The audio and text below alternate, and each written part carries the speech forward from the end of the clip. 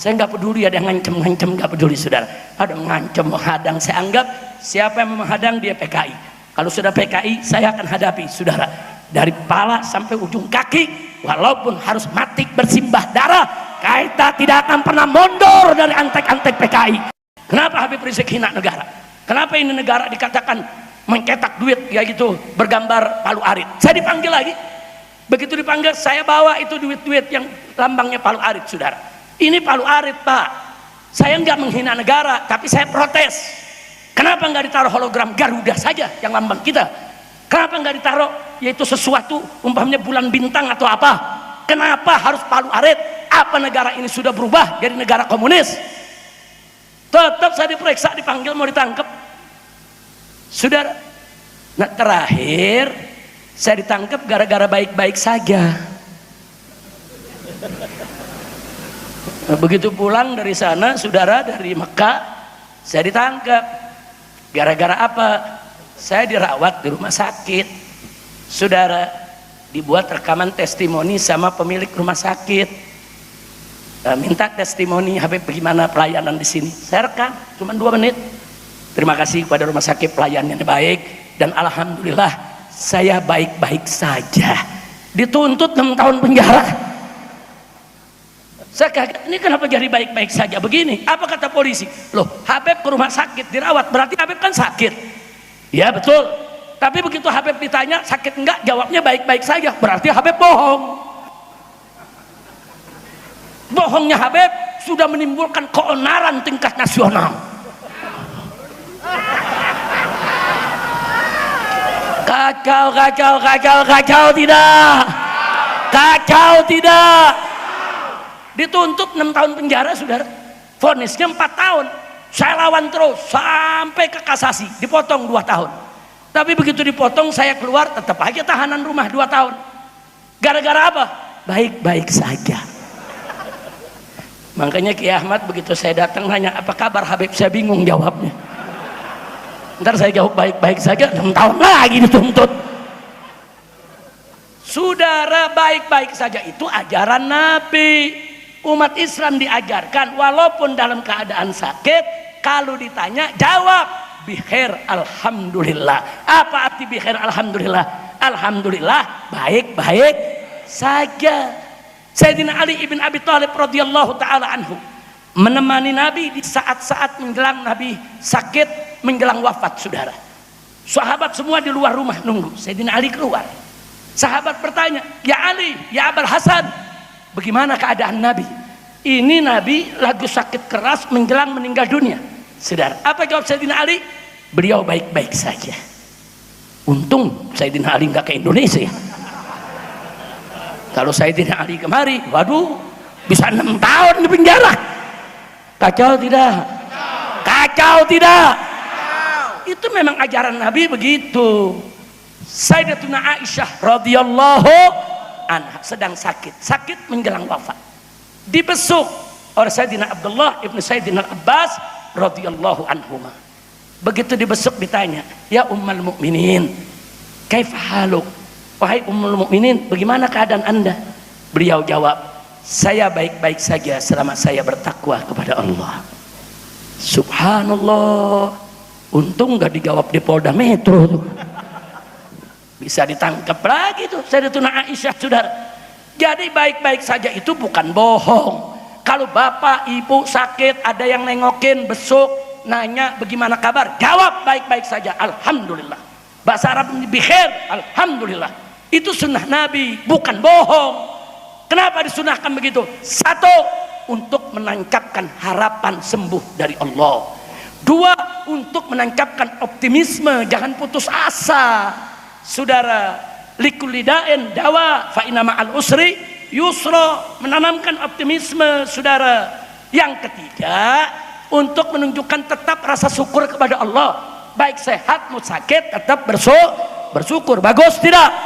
Bagus tidak? Yang keempat, supaya ada keberkahan pertolongan Allah, saudara, agar penyakitnya cepat sembuh, insya. Nah, kalau gitu saya tanya, jawaban baik-baik saja, saudara, sunnah Nabi bukan? Sunnah Nabi bukan? Di Indonesia dianggap kriminal. kriminal. Kalau itu dianggap ngebohong, berarti ajaran Nabi dikriminalisasi. Saya Habib Rizik mau dikriminalisasi 17 kali, 100 kali, nggak apa-apa. Tapi kalau ajaran Nabi yang dikriminalisasi, ini kurang ajar, nggak boleh dibiarkan, saudara. Ada urusan apa kita mengajarkan lam yalid walam yulat soal keesaan Allah? Ayat ini saudara dianggap ini intoleransi, ini tidak menghargai agama lain. Sudah dikriminalisasi itu ayat Quran. Kali ini saya jawab baik-baik saja, tetap ditangkap, dianggap berbohong. Al-Quran dan hadis Nabi dikriminalisasi. Maka itu saya tanya, kacau tidak? Kacau tidak? Nah ini kalau udah begini zamannya biarkan atau lawan? Biarkan atau lawan? Nggak bisa umat melawan sendiri tanpa pimpinan ulama. Maka itu siap merapat ke ulama, siap bersatu dengan ulama, siap membela ulama. Takbir, angkat tangan semua, angkat tangan. Takbir, takbir, takbir. Al-Quran imam kami, Al-Quran pedoman kami, Al-Quran petunjuk kami, Al-Quran satukan kami. Lagi, Al-Quran imam kami, Al-Quran pedoman kami, Al-Quran petunjuk kami, Al-Quran satukan kami. Aksi bela Islam, aksi bela Islam, aksi bela Islam, Allah Allahu Akbar. Aksi bela Islam, aksi bela Islam, aksi bela Islam, Allah Allahu Akbar. Angkat tangan semua. Allahu Akbar, Allahu Akbar, Allahu Akbar, Allahu Akbar, Allahu Akbar, Allahu Akbar, Allahu Akbar, Allahu Akbar. Takbir. Sallu ala Nabi. Demikian yang saya mau sampaikan saudara pada acara itu hall yang penuh keberkahan ini. Nah sebelum saya akhiri, saya mau ulangi. Saya bersyukur kepada Allah, saya bahagia.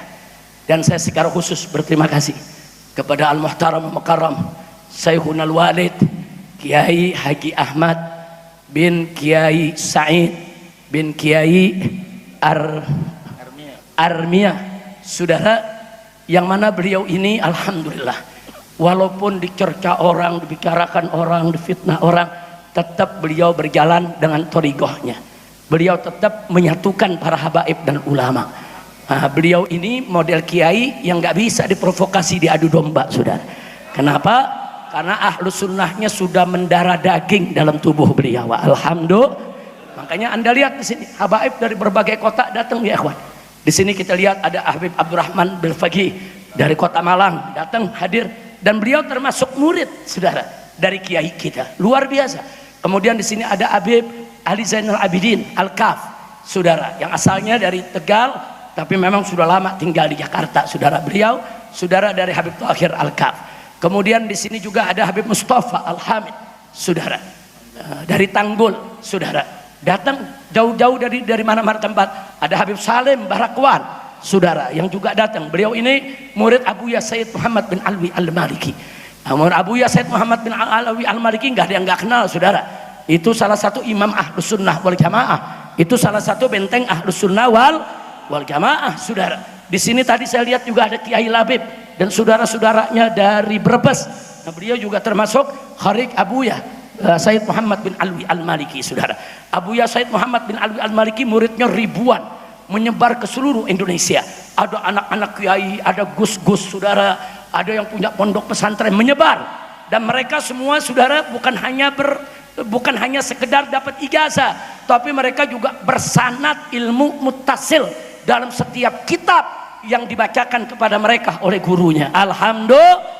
Nah, makanya kita lihat bagaimana lulusan Abuya Maliki di mana-mana jadi benteng Ahlus Sunnah wal Jamaah dan selalu mempersatukan umat. Alhamdulillah. Dan nggak sampai di situ, masih banyak habaib-habaib yang lainnya. Ada Habib Umar bin Ahmad Al-Attas, ya kawan, dari Jakarta, ikut hadir walaupun usia beliau sudah cukup lanjut, tapi tetap beliau menghadir tempat ini. Maka itu sekali lagi saya terima kasih kepada Ki Ahmad, Masya Allah, jazakumullahu khairal jaza anil Islam wal muslimin. Mudah-mudahan jadi beliau ini tetap saudara bisa menjadi paku kita di Tegal ini, saudara. Amin, amin, supaya umat Islam di Tegal bahkan Jawa Tengah ini punya rujukan, saudara. Punya rujukan. Jangan mau kita dipecah-pecah. Ulama model beliau ini ulama yang menyatukan, ulama yang nyayangi kita semua, ulama yang nggak mau umatnya di kotak-kotak, ulamanya dipecah-pecah. Makanya kalau Anda ngundang kiai, habib, ustadz dari luar Tegal masuk ke Tegal, undang yang menyatukan umat, undang yang menyejukkan, mendamaikan kita, yang memberi semangat juang kepada kita, bukan yang saling hina, bukan yang saling merendahkan, bukan yang memecah belah. Mereka yang memecah belah jangan dikasih panggung, betul? Takbir. Maka itu sekali lagi saya tanya, siap bersatu, siap berjuang, takbir. Jadi itu yang saya mau sampaikan. Terima kasih Pak Kiai, jazakumullahu khairal jaza. Nah selanjutnya sebelum saya tutup, insya Allah nanti malam saya akan ceramah di Petarukan, di Pemalang. Saya nggak peduli ada yang ngancem-ngancem, nggak peduli saudara. Ada ngancem menghadang, saya anggap siapa yang menghadang dia PKI. Kalau sudah PKI saya akan hadapi saudara dari kepala sampai ujung kaki, walaupun harus mati bersimbah darah, kita tidak akan pernah mundur dari antek-antek PKI. Takbir, angkat tangan semua, takbir, takbir, takbir, sallu ala nabi. Jangan ganggu acara Habib. Cuma nanti kalau saya datang berikan waktu, saya mau bicara dengan Habib dan beberapa kawan-kawan Habib yang ada di sana. Baik Kiai, ketemulah kita di Cibubur saudara. Apa yang pertama kali beliau bilang, Habib, rencana aksi 212 jangan batal, teruskan. Saya memang tidak bisa ikut, saya tidak bisa mengajak umat karena saya penasehat presiden, nggak boleh. Jadi kalau ada kiai-kiai yang mengatakan Habib sesat, sholat Jumatnya nggak sah, Habib jangan dengerin. Gelar itu 212, gelar. Umat harus disatukan, nggak bisa. Kalau umat ini dibiarkan satu kekuatan rezim membela seorang kafir yang arogan, yang korup, yang menista Islam, menista Al-Quran.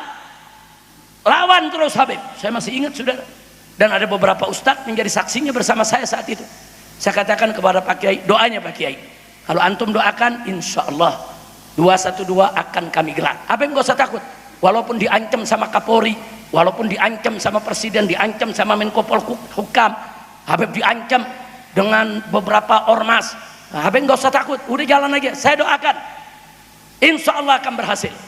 Nah itu salah satu saudara rahasia 212. Nah yang beliau amanatkan, tapi Habib ingat ya, jangan FPI turun sendiri, saya nggak ridho.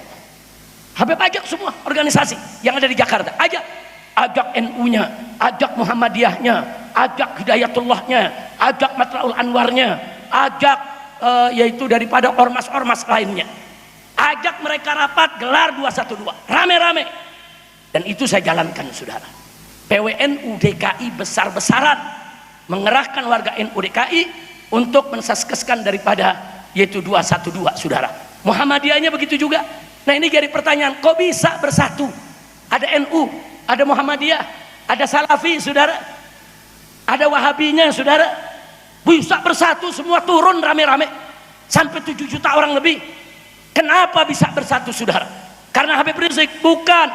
Karena FPI? Bukan. Saya nggak mampu mengumpulkan orang semacam itu saudara. Tapi kuncinya adalah karena kita bersatu. Kita bersatu. Hari itu umat Islam dari Tegal, dari Pemalang saudara, dari Cirebon, dari Brebes, ribuan turun ke Jakarta saudara. Ribuan. Mereka ke Jakarta nggak mengatakan saya Muhammadiyah, saya NU, saya FPI, nggak ada. Saya Muslim, saya datang ke Jakarta, saya mau bela Al-Quran. Kami tidak rela Al-Quran kami dihina. Semua datang karena persatuan. Begitu mereka bersatu, tidak ta'assub golongan saudara, berkah Allah turun, Allah berikan pertolongan, sehingga Allah memberikan kita kemenangan. Takbir. Siapa yang maha besar? Siapa yang maha penolong? Kuasa. Takbir. Kuncinya bersatu, saudara. Saya tarik semua, ayo kita bersatu. Soal perbedaan di antara kita nanti itu kita berdebat pakai dalil. Nah, ini ada bahaya besar nih. Al-Quran dihina, Islam mau dirusak. Nah, kalau ada yang tanya, Habib menangnya di mana? Mari kita lihat, saudara. Yang kita lawan itu seorang gubernur non-Islam, arogan, korup, yang suka nantang-nantang Islam, serta dia menghina Al-Quran, saudara. Dan dia menghina bukan baru sekali. Saat jadi bupati di Bangka Belitung, dia hina Al-Quran. Saat dia baru diangkat jadi gubernur, saudara, PLT, dia hina lagi itu Al-Quran di dalam rapat di Pemdanya, saudara. Kemudian dia bikin buku, di dalam bukunya juga dia hina Al-Quran. Nah, terakhir kejadian di Pulau Seribu, saudara. Jadi saya lihat ini orang nggak boleh dibiarkan. Nah, begitu kita bersatu, saudara. Anda tahu orang ini didukung presiden, didukung wakil presiden, didukung Kapolri, didukung Panglima TNI, didukung semua partai besar, didukung oleh oli jahat. Oli jahat apa tuh? Oli didukung oleh semua oligarki, saudara. Besar-besaran dukungan. Di atas kertas secara ilmu politik si gubernur harus menang. Kita umat Islam tidak ada peluang untuk menang, saudara. Itu kalau bicara ilmu politik, saudara. Tapi ilmu Allah kan lain lagi, saudara. Betul? Oh, segala ilmu politik enggak, kita enggak bakal menang, saudara. Saya juga deg-degan, ya Allah, ini kalau nggak ada pertolongan Allah habis ini kita, dikerubutin dari semua tempat. Tapi akhirnya pertolongan Allah datang karena kita bersatu, saudara. Saking bersatunya, Anda tahu yang terjadi saat itu 19 April tatkala kita nyoblos milih gubernur, mau kafir apa muslim, saudara.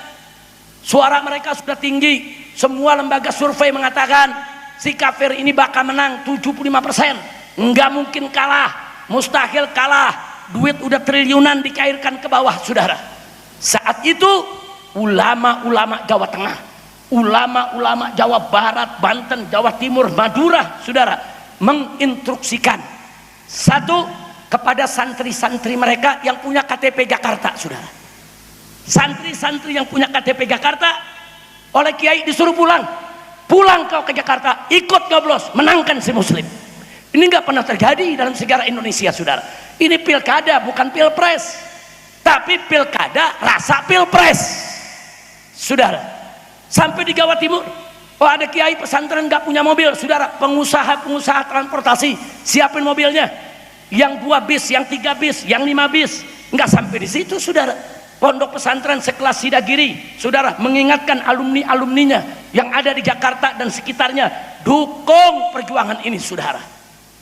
Jadi santri-santri turun, semua kiai-kiai dari mana-mana membantu, walaupun mereka bukan warga Jakarta, itu kiai, saudara. Ini namanya apa? Ini namanya apa? Makanya Allah kasih menang. Nah, begitu menang, presiden stres. Itu sampai 6 bulan kalau rapat nanya di kabinet, kok kita kalah ya? Kok kita kalah? Dan di situ dilakukan studi. Kenapa kalah? Kan kita yang punya kekuasaan, kan semua perangkat sudah saya kerahkan. Kenapa bisa kalah? Duit udah triliunan. Mereka pelajari, oh ini gara-gara habaib sama ulama bersatu, umatnya jadi kompak. Wah, kalau gitu bagaimana? Ya kalau gitu habaib dan ulama harus dirangkul. Kalau nggak mau dirangkul ya pukul. Kalau gitu habaib dan ulama harus dipeluk. Kalau nggak mau dipeluk ya gebuk. Kalau gitu ulama dan habaib harus disayang. Nggak mau disayang, tendang. Itu yang terjadi, saudara. Nah akhirnya karena para habaib dan ulama nggak mau dibeli, kita tetap satu barisan, saudara. Mulai awal 2017, dari mulai Januari, saudara, mulailah terjadi kriminalisasi habaib dan ulama. Berapa kiai ditangkap, berapa habaib ditangkap, aktivis juga banyak ditangkap-tangkepin, masuk penjara, saudara. Saya sendiri dikasih 17 kasus, nggak tanggung-tanggung. Ada kasus yang ancamannya 6 tahun penjara, ada kasus yang ancamannya 20 tahun penjara, ada kasus lagi yang ancamannya puluhan tahun penjara, saudara. Nah saya lihat begitu, oh ini bukan hukum, ini politik. Kalau hukum saya hadapi, saudara. Saya nggak pernah lari dari hukum. Tapi ini politik, nggak tanggung-tanggung. 17 kasus, saudara. Sampai ceramah saya tentang qul huwallahu ahad, tentang lam yalid walam yulad, saudara, dilaporkan. Saya ceramah, saya katakan Allah itu tidak beranak dan tidak diperanakan di hadapan umat Islam. Nah, terus umat ini kita ajak berpikir, kalau Allah itu beranak, bidannya siapa? Kalau Allah beranak, ya berarti Allah perempuan dong. Kalau Allah perempuan, suaminya siapa? Kita ajak umat berpikir, berarti mustahil, saudara. Allah udah nyatakan lam yalid walam yulad. Allah tidak beranak dan tidak diperanakan. Ada yang tersinggung, saudara. Dilaporkan saya ke Polda Metro Jaya, Habib Rizik sudah menghina agama kami. Nah, karena mengatakan Tuhan itu tidak beranak. Saya mengatakan Tuhan tidak beranak, itu ajaran Islam. Itu akidah Islam, itu firman Allah dalam Al-Quran. Saya tidak hina agama lain. Kalau agama lain ada yang tersinggung, itu urusan dia. Dilaporkan, saudara. Saya diperiksa, dipanggil. Nah, Habib menghina ya? Loh, hinanya di mana? Ada kata-kata saya hina itu agama? Enggak ada.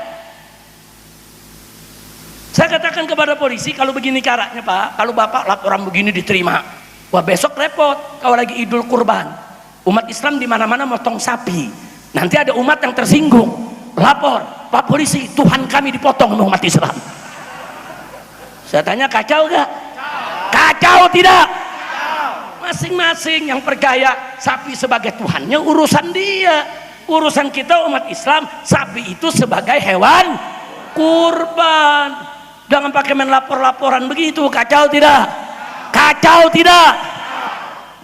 Ada duit baru keluar 100.000 sama 50.000. Saya periksa, dia punya hologramnya, saudara.